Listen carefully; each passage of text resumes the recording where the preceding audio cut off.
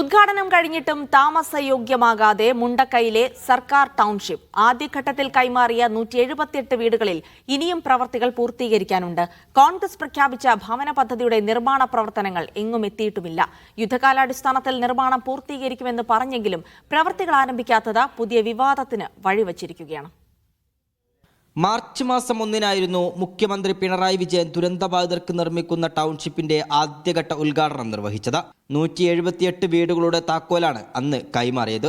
എന്നാൽ വീടുകളിലേക്ക് ആളുകൾക്ക് താമസം മാറാൻ ഇനിയും കാത്തിരിക്കേണ്ടി വരും. ഏപ്രിൽ അവസാനത്തോടു കൂടിയോ മെയ് ആദ്യവാരത്തിലോ വീടുകളിലേക്ക് താമസം മാറാൻ കഴിയുമെന്നാണ് പ്രതീക്ഷിക്കുന്നതെന്ന് നേരത്തെ തന്നെ ഉദ്യോഗസ്ഥർ വ്യക്തമാക്കിയിരുന്നു. ഇനിയും വീടുകളിൽ ഏതാനും ചില പ്രവൃത്തികളാണ് ബാക്കിയുള്ളത്. രാപ്പകൽ വ്യത്യാസമില്ലാതെ ടൗൺഷിപ്പിൽ ദ്രുതഗതിയിലാണ് നിർമ്മാണ പ്രവർത്തനങ്ങളെല്ലാം പുരോഗമിക്കുന്നത്. എന്നാൽ ദുരന്തബാധിതർക്കായി കോൺഗ്രസ് പ്രഖ്യാപിച്ച വീടുകളുടെ നിർമ്മാണ പ്രവർത്തനങ്ങൾ എങ്ങും എത്തിയിട്ടില്ല.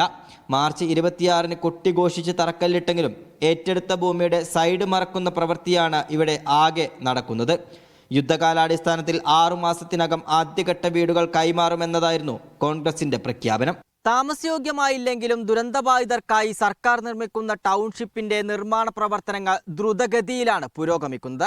മറുഭാഗത്ത് ദുരന്തബാധിതർക്കായി കോൺഗ്രസ് പ്രഖ്യാപിച്ച വീടുകളുടെ നിർമ്മാണ പ്രവർത്തനങ്ങൾ ആരംഭിച്ചിട്ടുമില്ല. തിരഞ്ഞെടുപ്പിന് ദിവസങ്ങൾ മാത്രം ബാക്കി നിൽക്കെ ഈ ചോദ്യങ്ങൾക്ക് നേതാക്കൾ കൃത്യമായ മറുപടി പറയേണ്ടി വരും.